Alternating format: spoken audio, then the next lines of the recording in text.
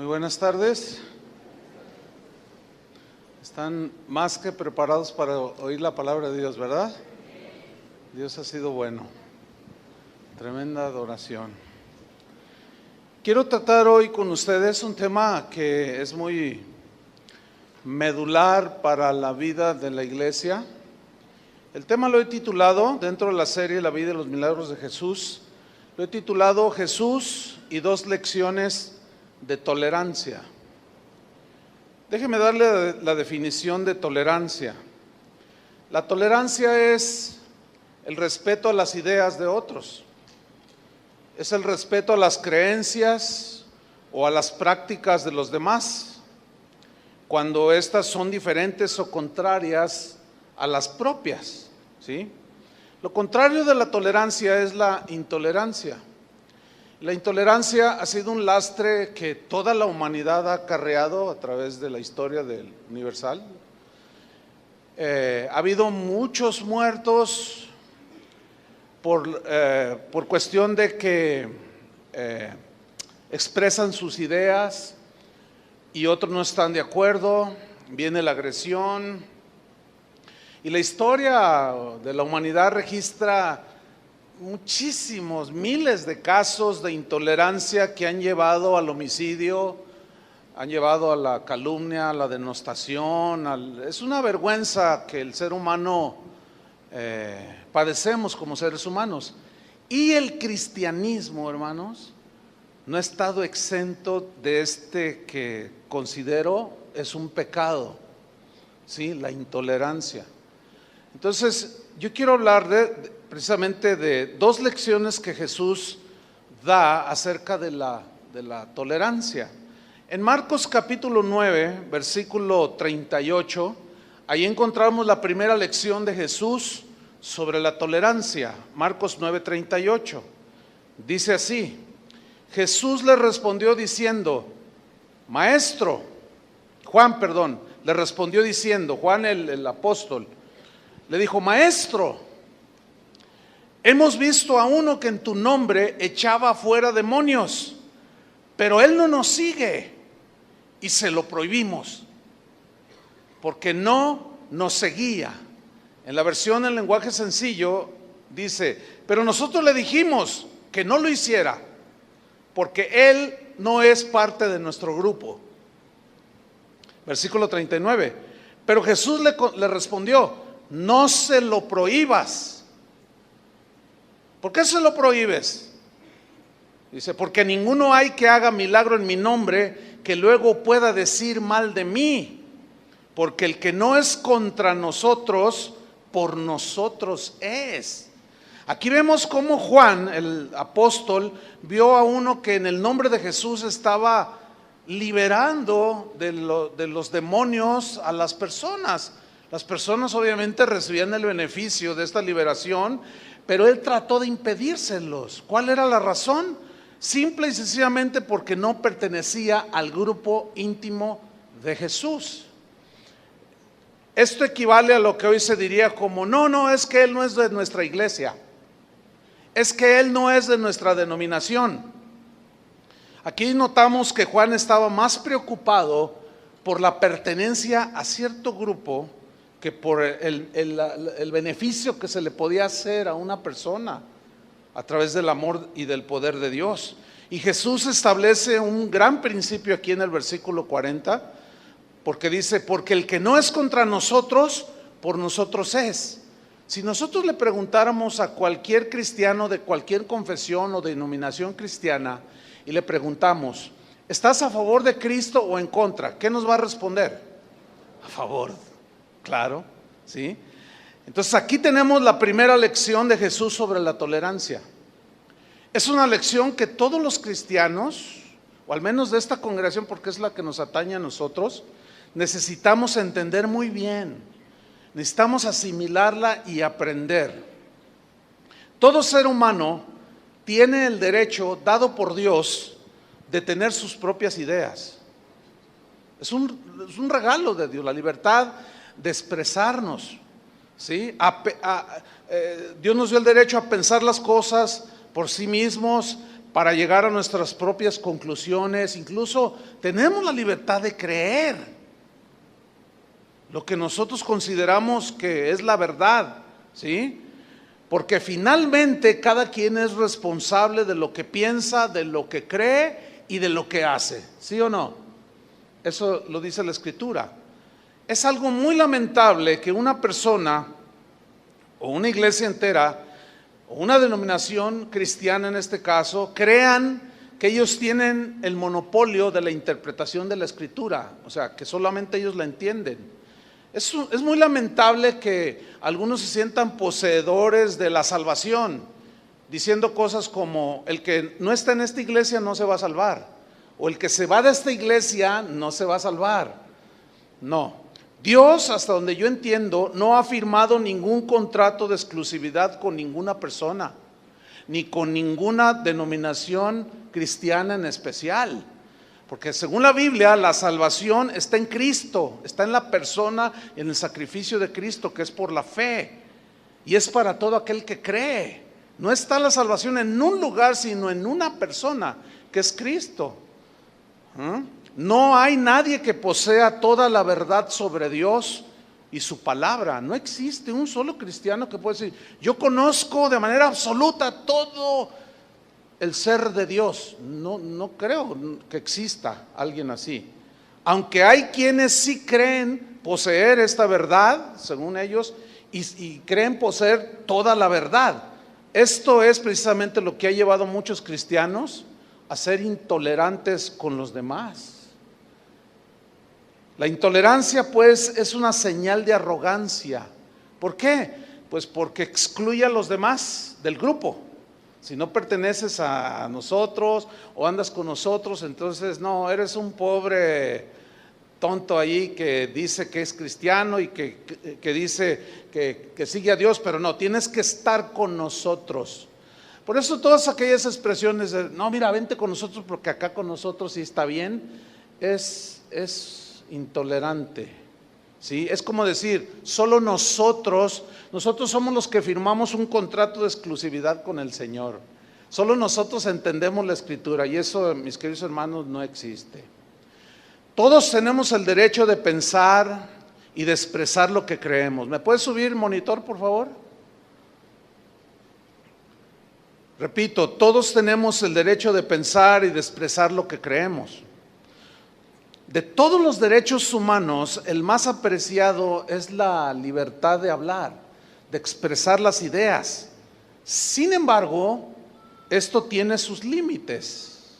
Por ejemplo, si alguien con sus ideas está destruyendo los principios del cristianismo o la moralidad y los cimientos de la sociedad, fíjense bien, pongan atención, podemos oponernos. Porque eso es parte de la libertad.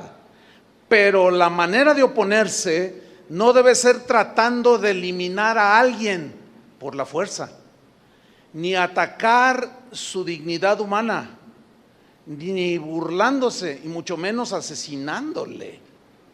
Eso no. Por ejemplo, Moisés, que cometió el grave error de matar a un egipcio, tratando de defender la libertad que Dios le quería dar a Israel. Y Dios reprobó eso, porque eso era vil intolerancia. ¿Sí? Pedro, el apóstol, en una ocasión, cuando a Jesús lo prendieron, dice la Escritura que sacó una espada para defender al que amaba. ¿Tú amas a Jesús? ¿Hasta qué grado? De dar tu vida, ¿cierto? Pero ¿te pondrías con pistolas y machetes a defenderlo? ¿O a defender tu fe? No. Sin embargo, Pedro, vemos aquí que él todavía estaba pues en un proceso de entendimiento, de crecimiento, para llegar a un nivel que más al rato vamos a ver, al nivel en el que él llegó. Pero él sacó la espada. Ahora dice la Biblia que tiró un tajo con la espada y que le cortó la oreja a un siervo del sumo sacerdote. Pero aquí viene una pregunta: ¿realmente Pedro quería cortarle la oreja? Créanmelo que no. Él quiso cortarle la cabeza, volarle la cabeza o partírsela en dos. Pero se entiende que en un ágil movimiento el siervo del sumo sacerdote lo esquivó y solamente le cortó una oreja, y Jesús lo reprendió y le dijo: Pedro, mete esa espada, guarda esa espada, porque el que hierro mata, a hierro muere. Esa no era la enseñanza de Jesús, de defender su doctrina, su enseñanza a través de la violencia física o verbal. Por eso dice: todos darán cuentas de las palabras ociosas, que ya estudiamos, ¿se acuerdan? Entonces le dice: no, guárdala. Entonces él guarda la espada, y yo me imagino así como: ¿qué? Pues ¿quién te entiende, Señor? Pues si yo te amo, yo daré mi vida. Sí, pero así no. Pasan los años, llegamos a Primera de Pedro, capítulo 3, versículo 12, donde allí ya vemos a un apóstol transformado totalmente. Y él escribió lo siguiente, Primera de Pedro 3:12: porque los ojos del Señor están sobre los justos y sus oídos atentos a sus oraciones, pero el rostro del Señor está contra aquellos que hacen el mal. ¿Y quién es aquel que os podrá hacer daño si vosotros seguís el bien? Mas también si alguna cosa padecéis por causa de la justicia, bienaventurados sois. Por tanto, no os amedrentéis por temor de ellos, ni os conturbéis, sino santificad a Dios el Señor en vuestros corazones. ¿Qué significa eso? Seguimos leyendo. Y estad siempre preparados para presentar, ¿qué? Defensa. ¿Defensa de qué? Ahí no los dice. Nos dice de qué y cómo. Presentar defensa con mansedumbre. ¿Lo están leyendo conmigo? ¿Cómo se debe de presentar la defensa de lo que tú crees? Tienes la libertad de creer en Jesús o de rechazarlo, pero lo que tú crees lo vas a defender ¿cómo? ¿Con agresiones? ¿Con burlas? ¿Con calumnias? Las abuelitas la llevan mucho en este sentido, porque las abuelitas vienen de una tradición católica de muchos años. Entonces tú te conviertes, empiezas a conocer y entender la palabra de Dios, y si tú llegas con tu mamá o con tu abuelita y le dices: oye, abuelita, ¿a poco tú crees que este mono te oye? ¿Cómo crees que va a recibir tu abuelita eso? Mal, no estás respetando. Y viene a mi mente el episodio cuando Pablo, llega a Grecia y dice que su espíritu se enardecía, tenía un celo por Dios, viendo la ciudad entregada a la idolatría. Y había altares por todos lados, altares de dioses paganos. Pero Pablo no decía nada, no dijo nada, ignorantes, no dijo nada. Él vio un altar con una inscripción que decía: al Dios no conocido. Y les dijo: de este vengo a hablarles a todos ustedes. Sigue diciendo: santificad a Dios el Señor en vuestros corazones y estad siempre preparados para presentar defensa con mansedumbre y reverencia. ¿Qué es reverencia? Respeto. Ahora, ¿a quién vas a respetar? Al quien le estás presentando tu creencia, tus ideas, tus conceptos. ¿Cómo? Con mansedumbre y reverencia, ante todo el que os demande razón de la esperanza que hay en vosotros, o sea, de lo que has creído. ¿Lo alcanzan a ver? Bueno, aquí ya vemos a un Pedro madurando en sus ideas, en sus conceptos, en la tolerancia hacia los demás. Ellos se enfrentaron a un mundo intolerante. Todos los discípulos de Jesús fueron mártires, los asesinaron, excepto Juan. Pero ellos habían entendido que no podían ponerse en la misma posición que los intolerantes. El mandamiento de Jesús era: vayan y prediquen el evangelio a toda criatura, pero a la fuerza tienen que hacerlos creer en mí. No dijo: el que creyere será salvo, y el que no creyere será condenado. Nunca se insinúa que debemos de presionar o de obligar a la gente a creer. Eso va en contra de la conciencia y de la libertad que cada ser humano tiene. Debemos entenderlo.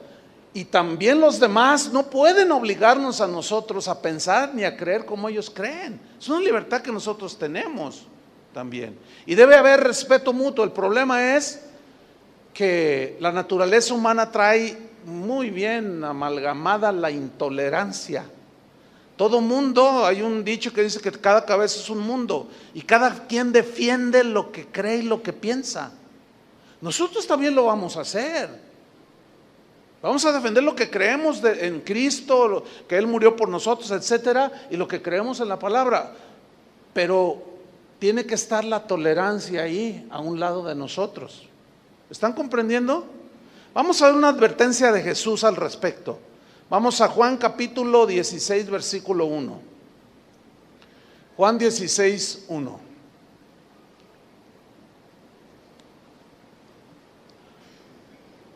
Dice así: estas cosas os he hablado para que no tengáis tropiezo. En otras palabras, Jesús le está diciendo, miren, les estoy diciendo estas cosas para que no llegue un momento en que digan, es que yo no sabía que ser cristiano me iba a costar esto hasta la vida. No, yo se lo estoy diciendo para que no tropiecen y se turben y digan, ay, es que mejor no. No, dice versículo 2, los van a expulsar de las sinagogas. Y aún viene la hora cuando cualquiera que os mate pensará, creerá que rinde servicio a Dios. Y esto harán porque no conocen al Padre ni a mí.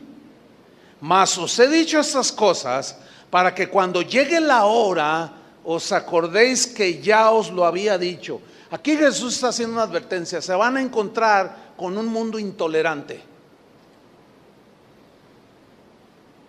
Socialmente, religiosamente, espiritualmente. Se van a encontrar con un mundo que no acepta otras ideas más que los que ellos. Con gente que no acepta otras ideas, otras formas de vivir más que la que ellos creen y viven. Se van a enfrentar con ellos. Y algunos llegarán a pensar que cuando los maten estarán rindiendo servicio a Dios, pero esto lo harán porque no conocen a Dios ni a mí. ¿Se acuerdan de Saulo de Tarso cuando aparece en la escena y en el libro de los Hechos? ¿Cuál es el contexto? Un cristiano de la iglesia llamado Esteban, uno de los diáconos, predicó un mensaje poderosísimo que dice que cuando lo estaban escuchando los intolerantes religiosos, crujían los dientes en contra de él. De tal manera era su intolerancia que lo apedrearon hasta morir. Quedó hecho pedazos allí con el cráneo destrozado. Y dice que junto al cuerpo de Esteban estaba un joven llamado Saulo que consentía en su muerte y respiraba amenazas contra los discípulos. ¿Quién era ese Saulo? Bueno, era un fariseo. Era un miembro, dicen muchos, del Sanedrín, de los principales religiosos que profesaban el judaísmo. Pero se habían vuelto tan intolerantes que pensaban que aún asesinando, eso le iba a agradar a Dios. Conocemos la historia de Pablo, como su conversión. Posteriormente, pues pasan los años y él empieza a crecer en el Señor, empieza a asimilar. De hecho, se dice que después de Jesús, Pablo es el que más ha aportado al cristianismo con las epístolas que el Espíritu Santo le inspiró. Vemos en el libro de los Hechos, en el capítulo 26, a un Pablo contando su testimonio y aceptando que él había sido un intolerante, lo cual en ese momento ya no era, que él había llegado a asesinar. Y miren todo lo que él mismo dice de él. Él había transgredido esa libertad que los seres humanos tenemos. Y dice en Hechos 26:9, yo ciertamente había creído mi deber hacer muchas cosas contra el nombre de Jesús de Nazaret. Fíjate, él tenía esa convicción, él creía que si se oponía al supuesto Mesías, Él estaba agradando a Dios. Dice, yo sentí que creí que ese era mi deber. Lo cumplió, sí, pero asesinando. Versículo 10. Lo cual también hice en Jerusalén. Y luego dice, yo encerré en cárceles a muchos de los santos, o sea, de los cristianos. Dice, yo los metí a la cárcel, habiendo recibido poderes de los principales sacerdotes. Y cuando los mataron, yo di mi voto. Creo que el personaje más intolerante en la Biblia no puede ser que el apóstol Pablo antes de convertirse. Pero una vez convertido, él empezó a entender. Y dice, yo di mi voto, versículo 11. Y muchas veces, dice, muchas veces, castigándolos en todas las sinagogas, los forcé a blasfemar. Y enfurecido sobremanera contra ellos, o sea, contra los cristianos, en toda la potencial de intolerancia que él tenía en ese momento, dice, los perseguí hasta en las ciudades extranjeras. Qué espíritu y qué actitud tan más horrible.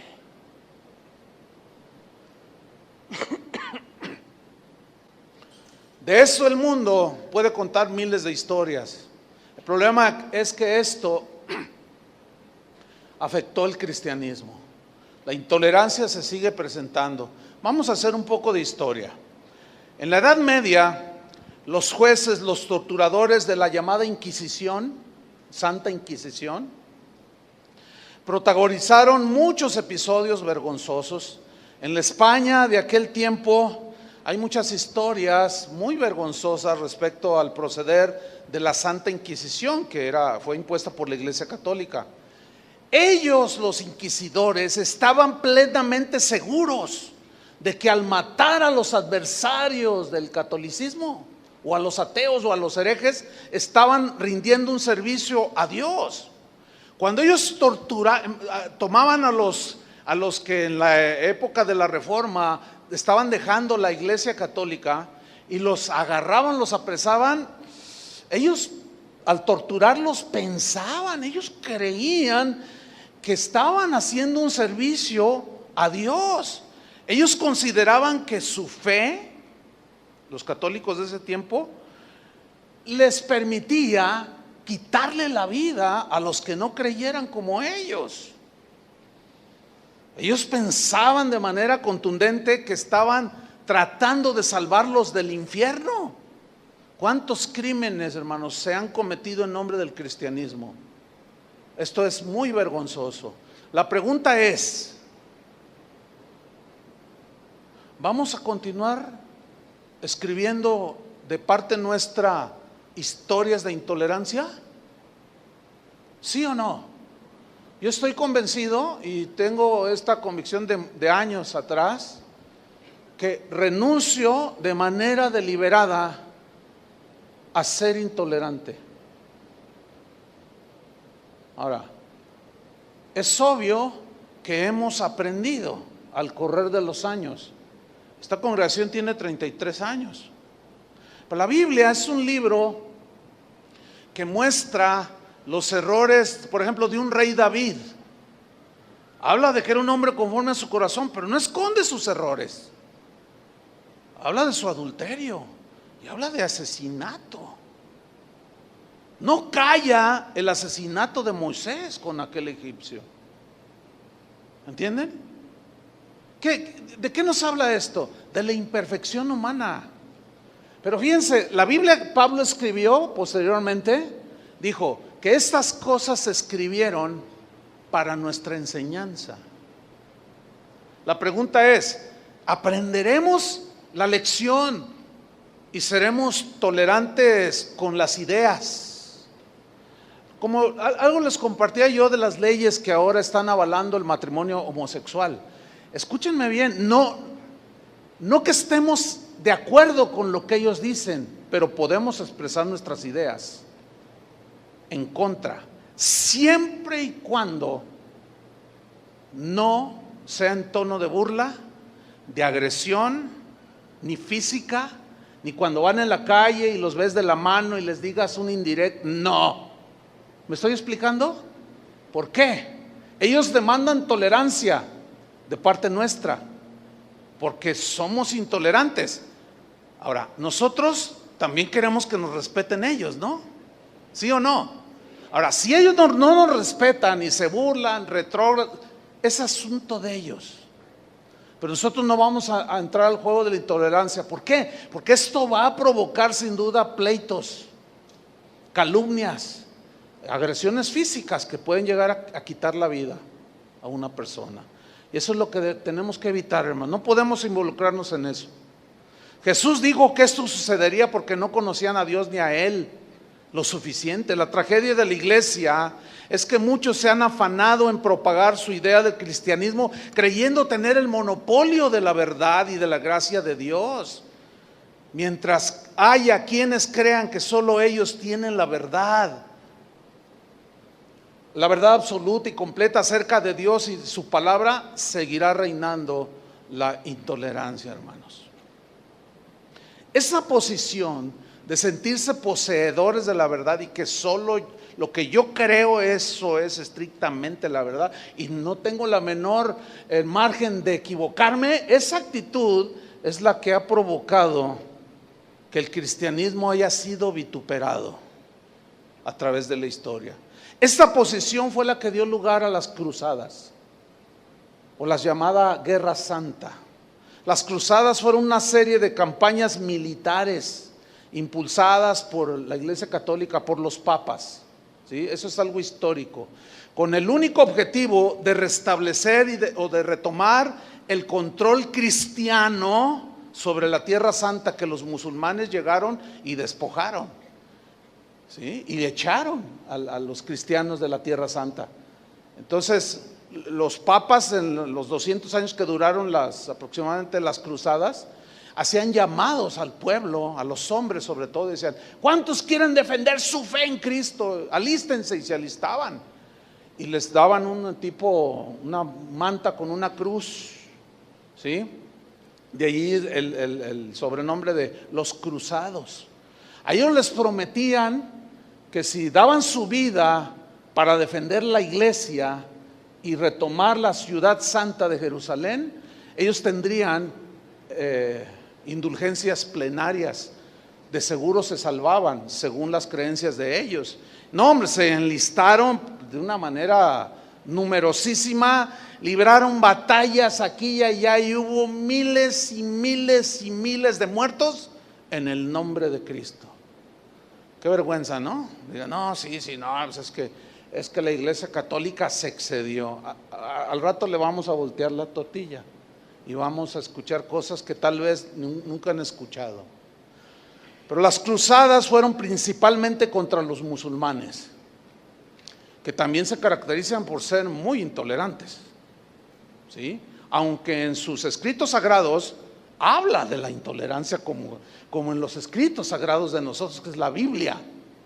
¿Sabía usted que el Islam habla de tolerancia, de paciencia, de respeto hacia los, pero igual que los cristianos se les olvida, y intolerantes contra intolerantes, no, es igual a muerte, es igual a desprecio, es igual a burla, es igual a todo lo malo. Bueno, las cruzadas no solo se dieron contra los religiosos musulmanes, se dieron también contra los judíos mismos, contra cristianos ortodoxos griegos y rusos, contra los mongoles, contra los cátaros, que eran una línea de cristianos, contra los husitas, que también era otra línea de cristianos, los valdenses, y contra todo aquel que se opusiera a Roma. Contra ellos ya era guerra santa contra ellos, y cuello, matazones, todo en el nombre del cristianismo, hermanos. Y corre la historia, estoy haciendo un brevísimo resumen, corre la historia aquí en nuestro país. Aquí México fue conquistado para el cristianismo, en este caso el cristianismo de la rama católica, a filo de espada. Nadie puede negar eso, nadie lo puede negar.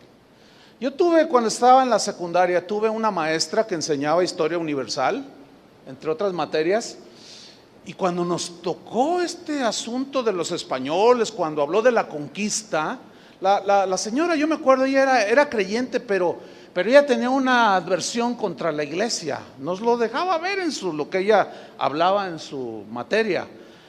Pero recuerdo que ella, cuando empezó a hablar de la conquista de los españoles, cómo vinieron e impusieron bajo la ley de la espada y con una cruz el catolicismo, el cristianismo, y golpeaba el escritorio y decía yo creo que hasta con alguna amargura y odio. Inconscientemente, pues, un joven, yo estaba muy joven, secundaria, sí logró sembrar algo en mi corazón. Yo lo ignoraba hasta que pasaron años, me convertí ya como pastor, y una vez iba a haber olimpiadas en España, creo, y todos los comerciales eran alusivos a España, obviamente, y hacían comerciales con el tono de los españoles. Entonces cada vez que yo veía un comercial, yo los arremedaba. Y mi esposa me dijo, oye, ella nomás me miraba, y un día me dijo, ¿sabes una cosa? Tú tienes algo contra los españoles. Yo le dije, no, yo no tengo nada. Pues un día, hermano, Dios me llevó a España a predicar. Una noche antes de llegar a una iglesia a predicar, el Señor me habló y me dijo, tú tienes algo en contra y tienes que arrepentirte, tienes algo en contra del pueblo español. Y cuando Él me dijo eso, me empezó a aclarar todo y me trajo a la memoria lo que la maestra había sembrado en mi corazón. Miren, hermanos, reconocí delante del Señor que sí había algo de ello. Antes de tomar la palabra de Dios y de predicar, yo les dije, tengo que decirles algo a ustedes. Había como 200, estaba en Barcelona.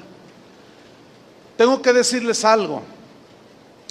Y les conté la historia que ya les conté a ustedes. Cuando yo les dije, perdónenme, mira, los hermanos que estaban ahí empezaron a llorar. Y me gritaban así desde los asientos, usted perdone, díganle a los mexicanos que nos perdonen a nosotros. Perdón, perdón. Y se empezaron a parar de los asientos, empezaron a llegar conmigo y me abrazaban llorando, perdónenos a nosotros, sabemos todas las atrocidades que sí es cierto hicimos. Era un lloradero aquello, pero fue una sanidad bien bonita. Estaba en una iglesia cristiana. El famoso humanista Voltaire escribió una obra famosa que se llama Cartas Filosóficas. Fue publicado en 1734, la Reforma ya se había consumado. En ese escrito él defendió la libertad religiosa, ideológica, pero tristemente acusó al cristianismo de ser la raíz de todo fanatismo. Qué lamentable. ¿Por qué? Porque él se dio cuenta no solo de las atrocidades de la Inquisición católica, sino las atrocidades que también la Inquisición protestante hizo. Y de eso quiero hablarles brevemente. Dejen que llueva, no se fijen, no va a pasar nada, no es el diluvio ni nada. Pongan atención acá. El mismo Voltaire dijo una frase que se volvió emblemática y dijo así, como diciéndolo a su adversario, odio lo que dices, pero ¿sabes? Daría la vida por defender tu derecho a decirlo. O sea, el tipo era un humanista y él tenía un concepto muy fuerte, humanísticamente hablando, de la libertad que tú tienes para hablar y expresar tus ideas. No tengo el derecho a callarlas, tengo el derecho a argumentar lo que yo creo, pero jamás bajo la bandera de la agresión. Estamos en el tiempo de la Reforma ahora, en esto que voy a decir. Había un hombre es muy famoso, pero era un hombre notable en su tiempo, era un hombre muy sabio. Se llamaba, o le decían, era un mote, Erasmo de Rotterdam.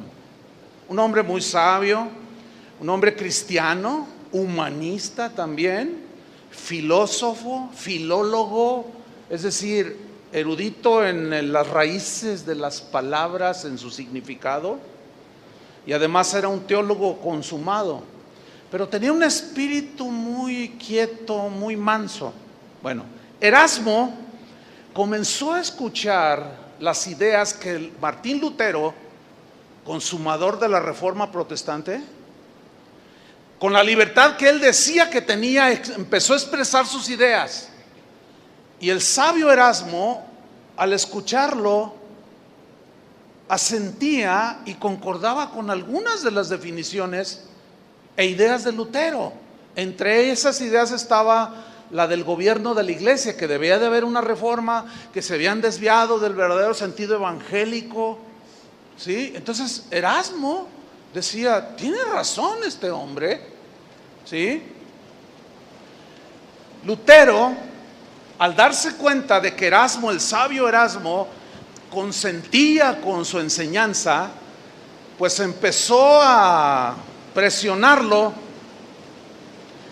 para que él fuera como el representante de los reformadores, como el que fuera la parte intelectual y sabia de la defensa de la reforma. Pero Erasmo se negó, no quiso, y Lutero se enojó. Y el Papa de ese tiempo mandó llamar también a Erasmo y le dijo, mira, tú necesitas escribir con esa brillantez que tienes en contra de los herejes reformadores y ponerte de nuestro lado. Y el sabio Erasmo dijo, tampoco con ustedes. Bueno, esta negativa de trabajar con ninguno de no trabajar con ninguno de los dos bandos fue interpretada tanto por los católicos como por los protestantes como cobardía. Le decían, eres un blandengue, cobarde y desleal. Lo empezaron a agredir en su integridad, con una intolerancia, pero de ambas partes, no solo de una, de ambas, tanto de católicos como no católicos ya en ese tiempo. Y un papa lo acusó y le dijo una frase que se hizo famosa en ese tiempo, que dice así, le dijo a Erasmo, usted, Erasmo, usted puso el huevo y Lutero lo empolló. Y el hombre sabio le respondió, sí, pero yo esperaba un pollo de otra clase. Una de las tragedias de la religión ha sido que muchos creen que están sirviendo a Dios. Y no se duda ese celo que se tiene. Otros argumentan que están defendiendo la sana doctrina y hay que defenderla. Pero muchos el día de hoy lo están haciendo de manera intolerante, tachando a todo mundo de hereje, simple y sencillamente porque no creen como ellos creen, porque no creemos como ellos creen. Y para ellos nosotros somos herejes, estoy hablando así en ese sentido. Y nosotros los tachamos de herejes porque no creen como nosotros creemos. ¿Ustedes creen que eso es el Espíritu de Cristo? Créanme lo que no, hermanos. Créanme lo que no. En el desarrollo de la enseñanza se van a dar cuenta cuál es el verdadero Espíritu de Cristo. Persiguiendo a los que nosotros consideramos herejes. Ahora, hay herejías. Y de esas hay que ventilarlas como tal. Pero hermanos, hay diferencias entre los cristianos. Hay cristianos que no usan corbata porque dicen que es la vestimenta del hombre mundano. De verdad.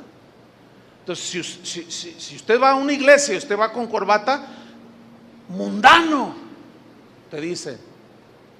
Y hay cristianos que creen que si el pastor no se pone corbata, está pecando. O sea, la corbata es ridículo. ¿Cómo hemos caído precisamente en lo que el Señor dice que no debemos hacerlo? Fíjese usted que en la época de la Reforma Protestante también se dieron crímenes en el nombre del cristianismo. En 1525 Martín Lutero escribió una obra titulada Exhortación a la Paz. En ella, Martín Lutero exponía sus argumentos en contra de la conducta altanera y despreciativa que estaban teniendo los ricos de ese tiempo, que ya habían abrazado la reforma. Se consideraban reformados, se consideraban cristianos, se consideraban gente salvada por fe, lavados por la sangre de Cristo. Bueno, este escrito que escribió Lutero los reprendía, les llamaba la atención, los estaba tratando de corregir a todos los gobernantes, porque ya había agarrado la reforma y había llegado a niveles de reyes que se habían hecho protestantes. Y él les dice, los exhorta pues a que haya paz y que dejen esa actitud altanera. Bueno, la historia de ese tiempo registra una masacre donde murieron más de 120,000 campesinos alemanes. Se conoce como la matanza de Weinsberg en Alemania. ¿Qué sucedió ahí? Algo pasó en el corazón de Martín Lutero que puede pasarle a cualquiera, hermanos. Ese es el punto, Porque así como decimos de la intolerancia católica, también tenemos que subrayar la intolerancia de la otra parte, que fueron algunos de los reformadores, entre ellos Lutero. Resulta que de pronto Lutero decide colocarse del lado de los ricos, de los gobernantes, de los príncipes, y condenó severamente a los campesinos que se sublevaban, empezaron a sublevar, empezaron a reclamar sus derechos. Ahora, pero ¿en base a qué empezaron a reclamar? Bueno, resulta que cuando Martín Lutero inicia su predicación, él mismo, por boca de él dice que jamás era su intención o fue su intención dividir la iglesia. Eso lo dice él. Muchos contemporáneos de él e historiadores aseguran que era cierto. El corazón de él no era dividir la iglesia. El corazón de él era reformarla, que volvieran a los principios evangélicos. Esa era su intención. Pero los intolerantes que estaban en el poder de la iglesia no soportaron eso y lo expulsaron de la iglesia, y vino definitivamente la división del cristianismo en la Edad Media. Bueno, cuando Lutero empieza él a dar mensajes, él levantó la bandera de la libertad de creencia. Y les decía, entre otras cosas, tú eres libre de creer lo que tú quieras, nadie te puede coaccionar, nadie debe presionarte, porque en ese tiempo la iglesia católica forzaba a la gente a creer como ellos decían que debían creer. No había libertad. Entonces, Martín Lutero toma esa bandera, claro.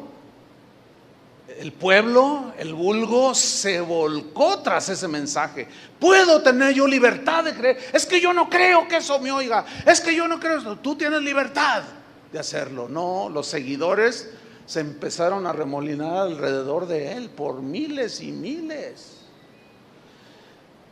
Él, Martín Lutero, tradujo la Biblia, el Nuevo Testamento, al alemán, pero al alemán del vulgo, al alemán que se solía hablar en esa época, con las palabras del pueblo, un alemán muy accesible a la gente sencilla. Gutenberg, inventor de la imprenta, fue contemporáneo de Martín Lutero, y el inventor de la imprenta imprimió el primer libro en la historia y fue la Biblia. La mayoría de ustedes sabe esto, ¿no? La Biblia fue el primer libro pasado por la imprenta. Así es que salió por montones, pero como pan caliente, ¿sí? La Biblia empezó a correr por toda la Alemania de ese tiempo. Y la gente del vulgo, la gente pobre, generalmente siempre ha sido así, los ricos y los pobres, empezaron a llegar a sus manos ejemplares de la Biblia y empezaron a leer. Cosas como en la epístola de Santiago, que decía: a ricos, que detenéis el pago a vuestros trabajadores, vuestras riquezas se pudrirán con el óxido. Por eso Martín Lutero, y eso está registrado en la historia, odiaba esa carta, no la quería, la epístola de Santiago. Decía que era paja y que el diablo había metido no sé qué ahí, y la desechó. Claro, porque se sentía aludido.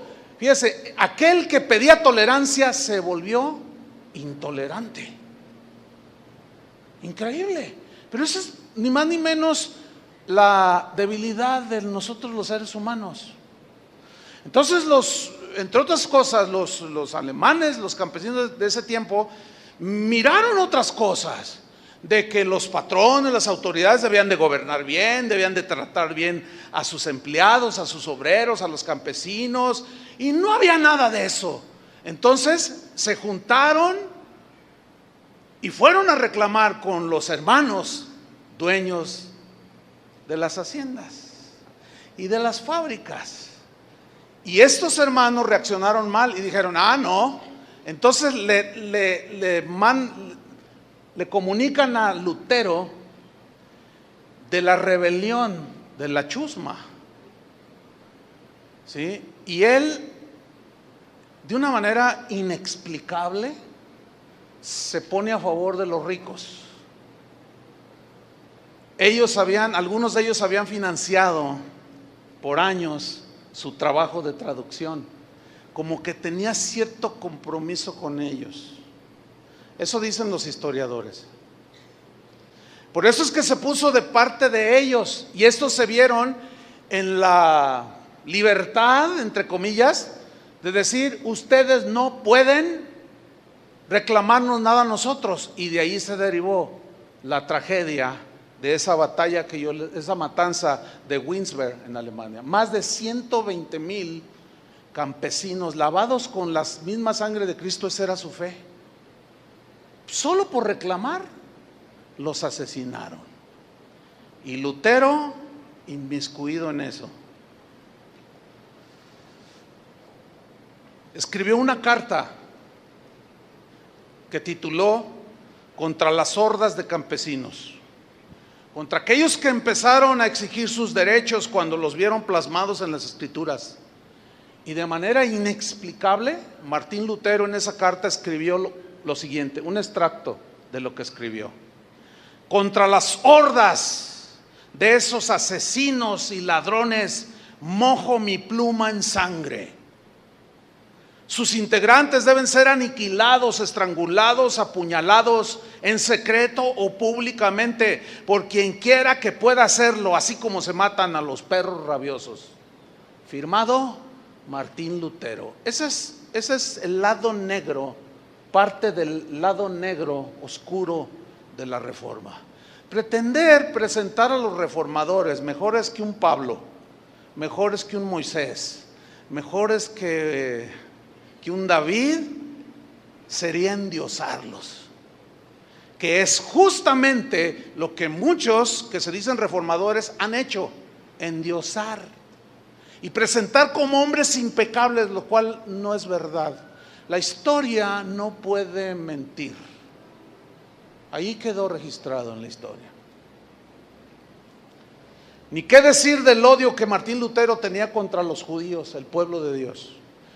En su obra escrita en 1543, al final de su vida, un ensayo que tituló Los judíos y sus mentiras, dice textualmente así: había yo decidido no escribir nunca más ni de los judíos ni contra los judíos, pero esta gente malvada y miserable no cesa de tratar de destruirnos a nosotros los cristianos. He permitido que este pequeño libro salga adelante para todos aquellos que han resistido a tan venenosa cometida de los judíos contra nosotros los cristianos, y así advertirles para que permanezcan en guardia contra ellos. Sigue diciendo Martín Lutero: yo no podría creer que un cristiano se permitiera a sí mismo ser engañado por esos judíos y tomar parte de su destierro y miseria.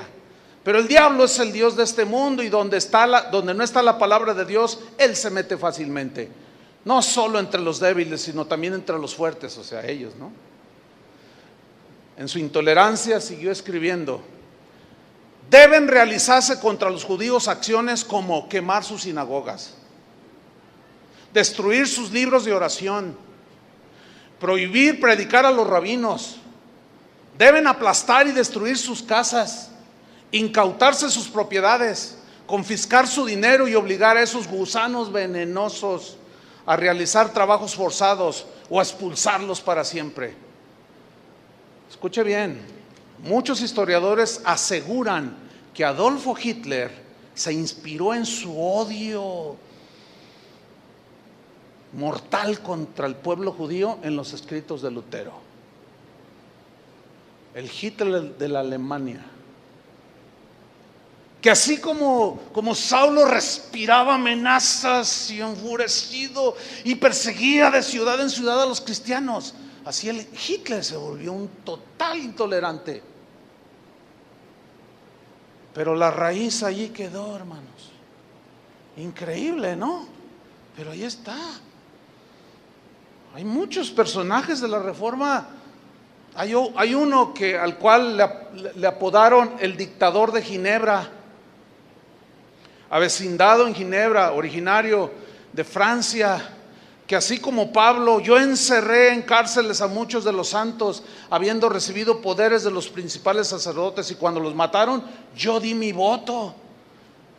A ese llamado dictador de Ginebra, en su intolerancia, cuando ya tenía el poder religioso y civil, hizo una serie de prohibiciones a todos los habitantes de Ginebra, como prohibido ir al teatro, prohibido escuchar la música que él no aprobaba, prohibido ir a un día de campo si él no lo aprobaba, prohibía todo.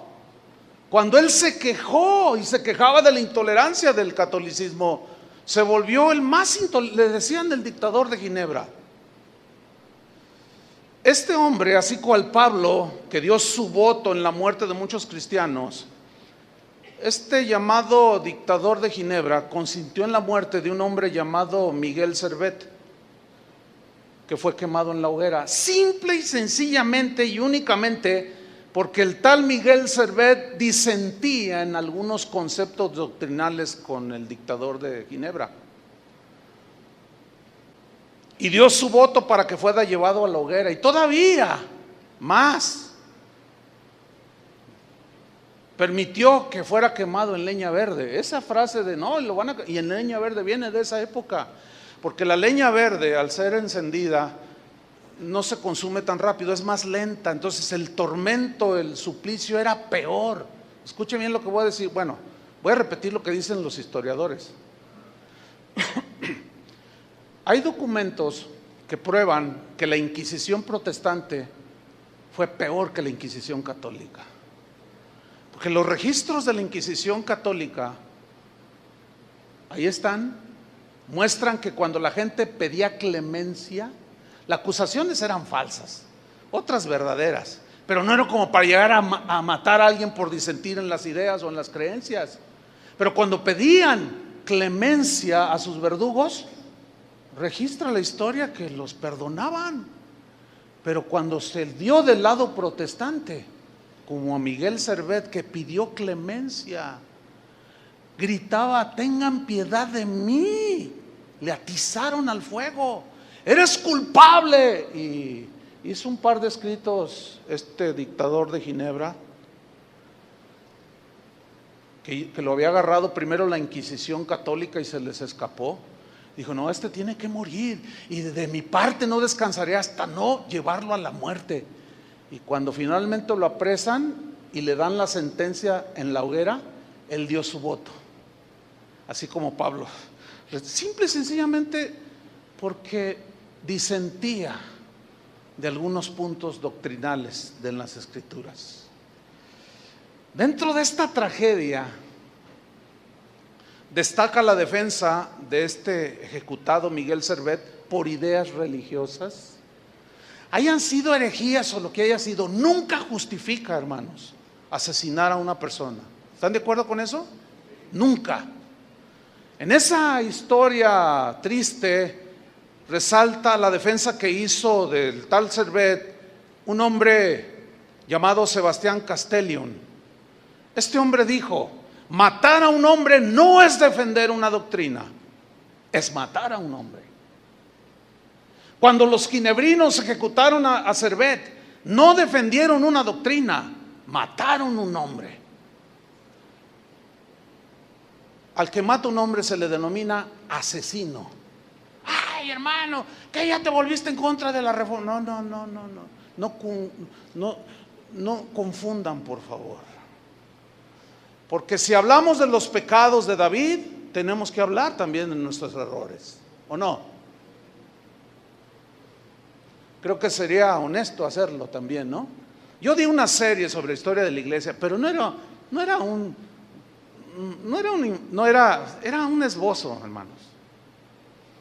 12, 15 enseñanzas sobre, hermanos, muchos tal vez ni siquiera se imaginan el volumen de información que hay sobre la reforma, los episodios gloriosos de la reforma, pero también el lado oscuro de la reforma. Y por obvias razones yo plasmé en un par de capítulos los horrores del papado. ¿Sí? Y mencioné brevemente las aportaciones de algunos de los reformadores, no de todos, sino de algunos cuantos, por el bien de la reforma de la iglesia. Me faltó tiempo, pero no lo traté de encubrir, jamás.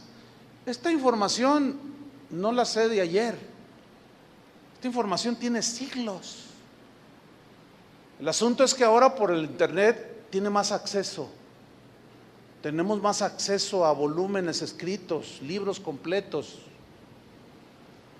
Entonces cuando alguien, el otro día me escribió un pastor, me dijo: mire lo que descubrí, y era algo de esto. Estaba así como impactado, ¿no? Yo no lo había visto. No, yo pensaba que los reformadores. Tú pensabas. Pero no ningunos héroes como se nos ha querido pintarlos, no. Este tal Sebastián Castellion, un hombre muy brillante también, cristiano, creyente, empezó a ser perseguido por el dictador de Ginebra, el que consintió en la muerte de Miguel Servet, y le hizo un escrito a este dictador. En una carta, se las voy a leer, es breve, dice: os pido por el amor de Cristo que respetéis mi libertad y renunciéis al fin a seguir acusándome falsamente. Dejad que profese mi fe sin coaccionarme, tal y como a ti se te permite ejercer la tuya, y como espontáneamente yo la reconozco. De todos aquellos cuya doctrina se aparta de la vuestra, no supongáis que están en un error, y no les acuséis acto seguido de herejía. Aunque yo, como otros muchos devotos cristianos, intérprete de la Escritura de un modo distinto como lo hacéis vosotros, profeso con todas mis fuerzas mi fe en Cristo. Seguramente uno de nosotros está equivocado, pero precisamente por eso amémonos el uno al otro. Un día el maestro nos revelará la verdad y nos dará a entender quién es el que estaba equivocado. Lo único que sabemos con seguridad tú y yo, o al menos deberíamos saber, es el compromiso de amor mutuo. Practiquémoslo, y al hacerlo cerraremos así la boca de todos nuestros adversarios. ¿Consideráis que vuestra interpretación de las Escrituras es la correcta? Los demás piensan lo mismo de la suya. Que los más sabios se muestren, por tanto, como los más fraternales, y que no permitan que su saber les vuelva arrogantes, pues Dios lo sabe todo y doblega a los orgullosos y ensalza a los humildes. Bueno, aquí surge una pregunta obvia: ¿y cuál fue la respuesta del reformador de Ginebra? ¿Saben cuál fue la respuesta? Sebastián Castellion fue perseguido de manera tenaz, encarnizada, por este reformador, y finalmente lo desterró de Ginebra a Suiza. Lo mandó a volar simple y sencillamente porque no pensaban igual. La intolerancia brilló en todo su esplendor en aquellos años bajo el cielo de Ginebra. Vamos rápidamente a ver la segunda lección de Jesús sobre la tolerancia. Lucas capítulo 9, versículo 51. Lucas 9, 51. Vean esta historia y créanla porque somos cristianos y está en la Biblia. ¿Están listos? Lucas 9, 51. Cuando se cumplió el tiempo en que él había de ser recibido arriba, o sea Jesús, allá en el cielo después de su sacrificio, afirmó su rostro para ir a Jerusalén. Y envió mensajeros delante de él, los cuales fueron y entraron en una aldea de los samaritanos para hacerle preparativos, mas no le recibieron. ¿Se acuerdan de Jesús en su diálogo con la samaritana? Dame de beber. ¿Cómo tú, siendo judío, me pides a mí que soy mujer samaritana? Porque judíos y samaritanos no se tratan entre sí. Tenían pleito de tipo religioso. Nuestros padres adoraron en este monte y vosotros decís que es en Jerusalén, le argumentaba la señora esa, la del cántaro, la samaritana. No, le dice. Y Jesús le dice, no, mujer, créeme que la hora viene cuando ni en Jerusalén, ni en este monte, ni en Jerusalén adoraréis al Padre. Estaba echando por tierra toda centralidad de un lugar específico para adorar a Dios. Estaba rompiendo todas las barreras sociales, políticas y religiosas. No se llevaban los samaritanos y los judíos. Y los judíos decían, no, yo no puedo entrar a una aldea de samaritano. Por eso es cuando vieron a Jesús que hablaba con la mujer, se maravillaron. Pero ese maravillarse no es así como, ¡ay, qué tremendo! Le está compartiendo. No. El maravillarse ahí significa, ¿qué? ¿Ya viste cómo es posible? El maestro, sí, lo estás viendo. Mira con quién habla. Con una mujer, así dijeron. Y además es samaritana. Los apóstoles del amor, en todo su esplendor, sacando toda su intolerancia y su pleito religioso. No le recibieron, dice el versículo 54. Viendo esto sus discípulos, Jacobo y ¿quién más? Juan, otra vez Juan, el llamado apóstol del amor, el que dijo, hijitos, amados los unos a los otros, porque el amor es de Dios y el que no ama no ha conocido a Dios, porque Dios es amor. Otra vez en un acto de intolerancia, el que dijo, aquel que dice yo amo a Dios y aborrece a su hermano es homicida.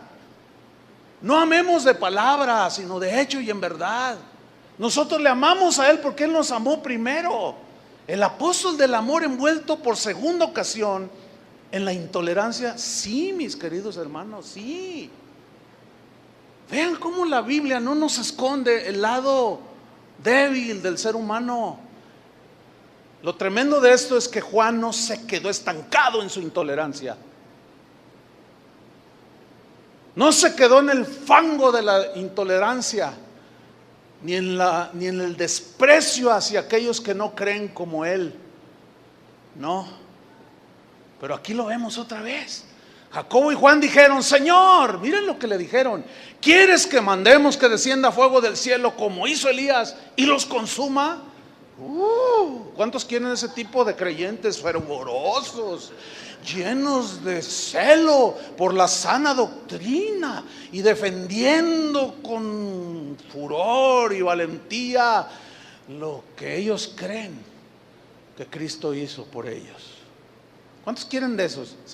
Fíjate, tenían tanta fe, Señor, nada más da la orden y hacemos que descienda fuego del cielo. Y a todo aquel que no venga a nuestra iglesia, que no crea como yo, que no crea como los reformadores, que no crea como fulano, que no crea como sultano, que son a los que yo sigo, que el fuego los consuma.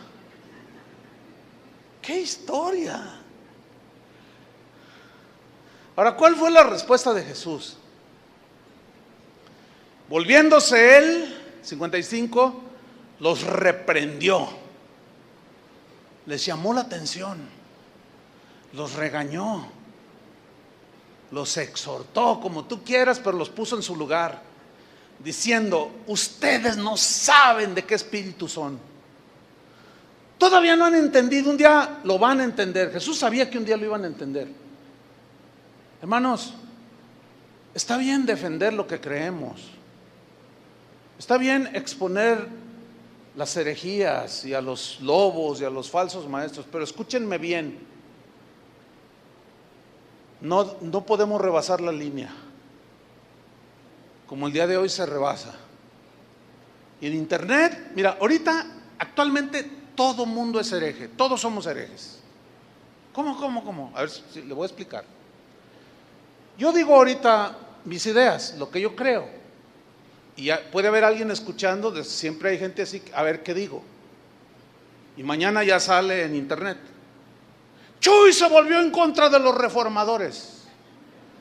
Sí, es que ese es un tal por cual, y empiezan a agredir, no mis ideas, no mis argumentos, y que tiene unos amigos así, y que tiene una esposa así, y que esto y que el otro y más allá. Y no, yo estoy orando para que Dios le calle la boca. Una vez yo he recibido correos, yo estoy orando para que el Señor ya se lo lleve. Y alguien dijo, una persona dijo: pero al infierno, dice, porque usted no va al cielo con todas sus herejías que enseña, háganme favor. Entonces, esa es la vil intolerancia en pleno siglo XXI. Pero jamás yo les he contestado, no. Tal vez hace 10, 15 años, sí. Bueno, Pablo cambió, Juan cambió. Yo reconozco haber rebasado la línea, no una vez, varias veces. De eso ya arreglé cuentas con el Señor, pero te va enseñando el Señor. ¿Nos vamos a quedar ahí? No, tenemos que avanzar, tenemos que seguir el caminar con el Señor. Entonces los reprende, les dice: ustedes no saben de qué espíritu sois, porque el Hijo del Hombre no ha venido para perder a las almas de los hombres, sino para salvarlas. A Santiago y a Juan les parecía que estaban haciendo algo digno de alabanza. Ellos llegaron a creer que el Señor les iba a probar su celo. Tú dinos, Señor, tú mándanos, nosotros hacemos descender fuego del cielo. Ellos sin duda creían que estaban defendiendo a su maestro. ¿Cómo lo menospreciaron? Hijos del diablo. ¿Cómo se les ocurre despreciar al autor de la vida? Y Juan ahí, el que escribió el evangelio: en el principio era el verbo. Despreciaron al verbo, el que era antes que todo. El verbo que se encarnó pisó su tierra y lo despreciaron. Malditos sean. Señor, dame permiso. Fíjate, no hace mucho uno de los pastores de una casa de oración, llegaron unos hermanos de otra iglesia que está cerca. No les gustó que se haya iniciado una casa de oración allí, y le dijeron a los pastores, llevaba la batuta allí una señora, como que llevaba pues la voz cantante, ¿no? Y les dijo: o se largan de aquí o se largan. Dice: le ore a Dios, le ore al diablo, pero de aquí se largarán. Así como lo oye, ¿eh? Qué fuerte, ¿no? Entonces, cuando me están contando eso, yo le digo a los pastores: hey, pero a ver, ¿y tú qué onda? No, se siente feo. No respondan. Oren por ellos. Bendice al que te mal. ¿Te imaginas un cristiano diciendo: le ore a Dios, le ore al diablo, pero de aquí se largan? O sea, ahora yo no puedo poner en tela de duda que ellos sean cristianos lavados con la misma sangre de Cristo, porque no los conozco en persona, no me atrevería a decir. Pero qué pasaje, hermanos. Juan Wesley, un hombre el que fundó la iglesia metodista, decía: yo no tengo más derecho a objetar a un hombre por tener una opinión distinta de la mía. No tengo derecho. Lo que más trato de evitar es la estrechez de mi espíritu, del partidismo, el estar aprisionado en mis propias entrañas, en fin, ese fanatismo miserable que hace que muchos no estén dispuestos a creer que Dios también obra en otros y no solo en nosotros. Yo no quiero eso, decía Juan Wesley, que predicaba la santidad. Otro hombre distinguido de ese tiempo escribió a sus paisanos en Escocia, que eran muy intolerantes, les dijo: os ruego por las entrañas de Cristo que consideréis que es posible que ustedes estén equivocados en algo. Les ruego, decía. Nosotros venimos de la Reforma, os ruego que consideréis la posibilidad, que entiendan que pueden estar equivocados en algunas cosas. Otro hombre dijo: recuerda esto, sea lo que tengas entre tus manos, alguien lo verá y lo entenderá de manera diferente que tú.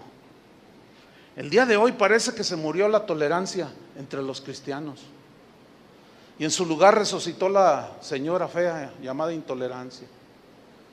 El Facebook, hermanos, es el campo de batalla de todos los defensores de la sana doctrina, de los ortodoxos, de los que ellos sí entienden el evangelio, descalificando a todo mundo, simple y sencillamente porque no creen igual. ¡Hereje!, dicen, te vas a ir al infierno. Y tienen tanta fe como Juan y Jacobo en su primitivo estado. Decir: yo cuando le oro a Dios, Él me responde mis oraciones. ¿Y cómo vas a orar? ¿Quieres que mande fuego del cielo y consuma a todos estos de la luz del mundo porque siguen a un hombre? Líbrenos Dios, hermano, de hacer eso. Déjalos, que no conciliemos con la idolatría y su doctrina, ese es otro asunto. Pero ellos tienen derecho, ¿o no? Y podemos debatir sus creencias, que según lo que nosotros entendemos de la Biblia están torcidas, pero jamás rebasar la línea, ¿entienden? De agredir a uno de ellos, jamás. El día de hoy se ven en las páginas, en los blogs de Facebook, todos los que escriben creen tener la razón. Siempre el otro está equivocado, pero el que escribe, ese está en lo justo, en lo que es. La mayoría de las veces son doctrinas no fundamentales. Y hay una peleadera por todos lados. Y alguien sale a predicar: les voy a predicar del rapto, hermanos. Fíjense que el Señor va a venir y nos va a arrebatar a la mitad de los 3 años y medio que habló el profeta Daniel, y que según la escritura. Y otro que está escuchando dice: herejía, el Señor no va a venir a la mitad de los 3 años y medio. Yo he contado por lo menos 7 interpretaciones diferentes del rapto.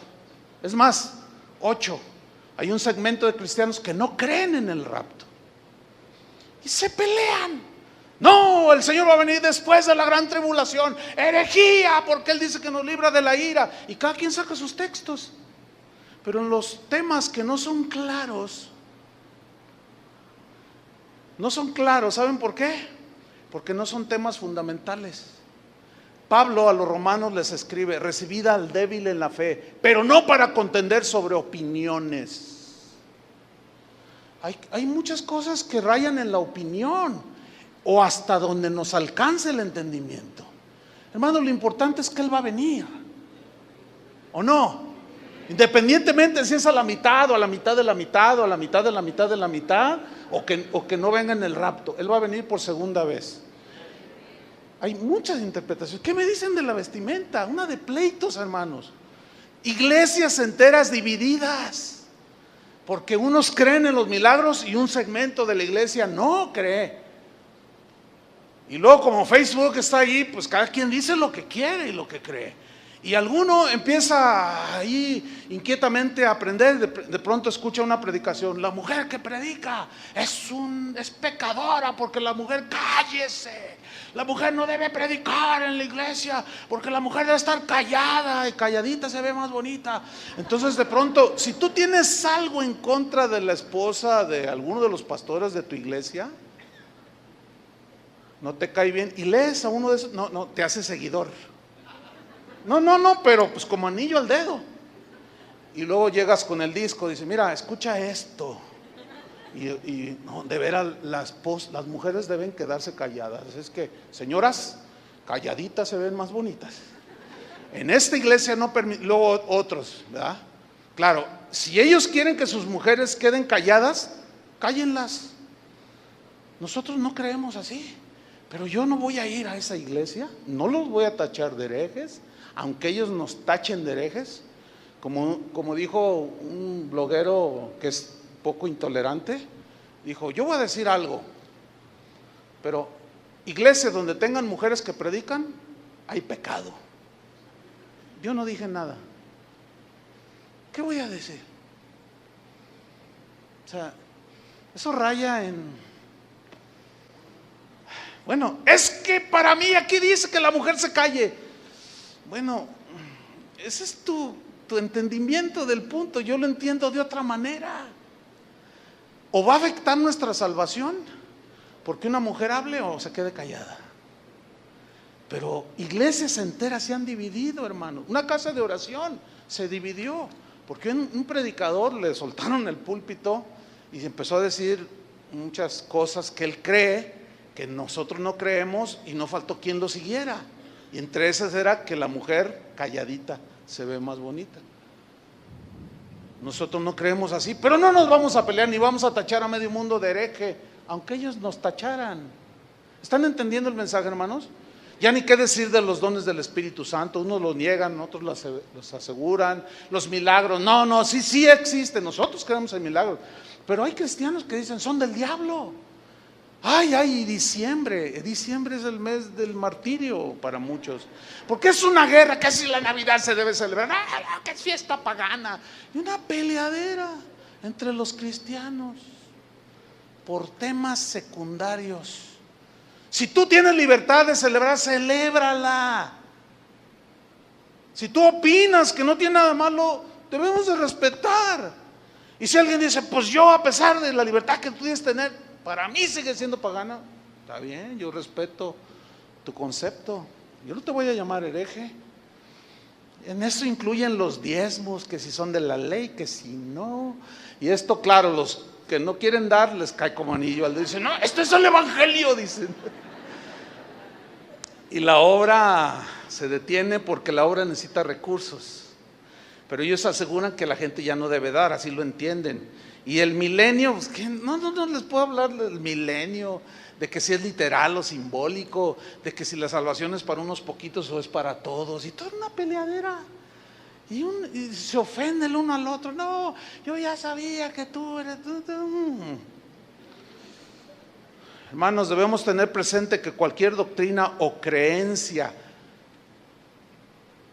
encaja en la sana doctrina por la clase de personas que reproduce. Como dijo un cristiano, ¿a quién le importa en lo más mínimo una iglesia, lo que hacen en la iglesia, cómo hacen sus rituales, si no es finalmente que sea un instrumento de la bondad cristiana? La cuestión no es cómo se gobierna tu iglesia, qué creen o qué no creen, sino en qué clase de personas está reproduciendo la iglesia. Hay una vieja fábula, estoy terminando, antigua, que narra más o menos así. Un hombre tenía un anillo que le llamaban el anillo transformador. El anillo transformador, así se llamaba. Es una fábula, no van a decir, yo estaba enseñando herejías, eso no está en la Biblia. Es que no falta, ¿no?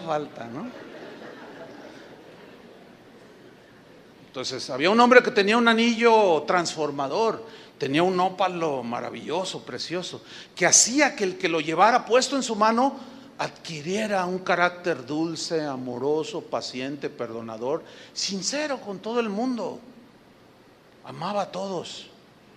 El anillo siempre se pasaba por tradición de padre a hijo y siempre funcionaba. El que se lo ponía era transformado en un hombre que todos respetaban, porque era un hombre bondadoso, perdonador, amaba a la familia. Con el paso del tiempo llegó a las manos de un padre que tuvo 3 hijos. a los cuales amaba con un amor igual a los tres. ¿Qué podría hacer cuando llegara el momento de darle a uno solo el anillo? Porque ellos eran tres y el anillo era uno solo. El Padre ideó y mandó a hacer dos anillos exactamente iguales que el anillo mágico, que el anillo transformador, de forma que nadie pudiera notar la diferencia. Pasaron los años y en su lecho de muerte llamó a uno a sus tres hijos, y a cada uno le entregó dirigiendo unas palabras de amor y de bondad. Era un hombre bondadoso, bueno, amable, paciente, tolerante, diría yo. Y a cada uno de sus hijos les dio un anillo y les dirigió palabras. Los demás no supieron, cada uno pensó que era el anillo, el único. Cuando los tres hijos descubrieron que cada uno tenía un anillo semejante, surgió entre ellos una gran disputa en cuanto a cuál era el auténtico, quién tiene el verdadero. Tuvieron que llevar el caso, dado el pleito que se armó, a un juez sabio, gente experta en la materia. Examinaron los anillos y dijo: bueno, en realidad no podemos decir cuál es el anillo transformador, porque los tres se ven muy bien. No podemos decir, pero ustedes mismos lo van a poder comprobar cuál es el anillo verdadero. ¿Nosotros?, preguntaron aquellos tres jóvenes sorprendidos. Sí, les dijo el juez, porque si el anillo verdadero produce en ti un carácter dulce, amable, perdonador, cuidador de su familia, si ese anillo te produce eso, entonces toda la gente, yo como juez y todo el pueblo, vamos a reconocer que el que tú tienes es el verdadero. Así que váyanse, marchaos cada uno, tomen su camino, sean amables, sean sinceros, sean honestos, amen a su esposa, amen a sus hijos, amen a su prójimo, sean justos en vuestro trato con todos. Y al correr del tiempo sabrán quién tiene el anillo verdadero. ¿Les gustó la fábula? Pues ahí no termina, porque resulta que los tres resultaron amables, buenos, amadores de su esposa, de sus hijos, pero eran diferentes. Espero hayan entendido la fábula, hermanos. Puede que odiemos las creencias de una persona, pero no debemos odiar a la persona. Puede que quisiéramos eliminar lo que enseña, pero no debemos nunca eliminar al que enseña aquello que no nos cae bien. Un sabio cristiano que fue perseguido por la intolerancia de gente que creía diferente a él, dijo de su enemigo, miren lo que dijo. Él, o sea, su enemigo, dijo este cristiano, él trazó un círculo que me dejaba fuera y comenzó a llamarme malvado, hereje, infiel, hijo del diablo. Pero el amor y yo tuvimos la habilidad de trazar un círculo y lo incluimos a él. Deje terminar con una frase que los cristianos debemos considerar para poder seguir los pasos de Jesús. A esta frase que voy a citar a continuación se le atribuye, unos se los atribuyen a Juan Wesley, otros a San Agustín de Hipona, uno de los padres de la iglesia del siglo IV, pero hermanos, realmente la autoría no importa, ¿sí? Estoy convencido de que estos dos hombres no van a salir de sus tumbas para pelear derechos de autor. No, ellos eran diferentes, ¿sí? Pero la frase dice así: en lo esencial, en lo fundamental, unidad. ¿Crees que Jesús es el Hijo de Dios? Sí. ¿Crees que Él murió en la cruz por tus pecados? Sí. ¿Crees que nació milagrosamente, virginalmente de una virgen? Sí. ¿Crees que Él resucitó de los muertos para nuestra justificación? Sí. ¿Crees que tu acceso al Padre es por medio de la fe en el sacrificio de Cristo? Sí. En lo esencial, unidad. En lo no esencial y dudoso, libertad. Y en lo demás, amor. Y yo añadiría la frase de un apóstol transformado, el apóstol se llama Pedro, que dijo, porque el amor cubrirá multitud de errores. Dígame qué cristiano es perfecto. Nadie. Dejemos de juzgarnos, dejemos de ya de una vez por todas, el que entienda, entienda. Necesitan saber de qué espíritu son. ¿Eres del espíritu de Cristo? Tenemos que dejar de estar peleando y descalificándonos entre personas que somos lavadas con la misma sangre de Cristo. Amén. Oremos. Señor, te agradecemos mucho tu gran paciencia que has tenido para con nosotros, porque sin duda que todos hemos transgredido este principio.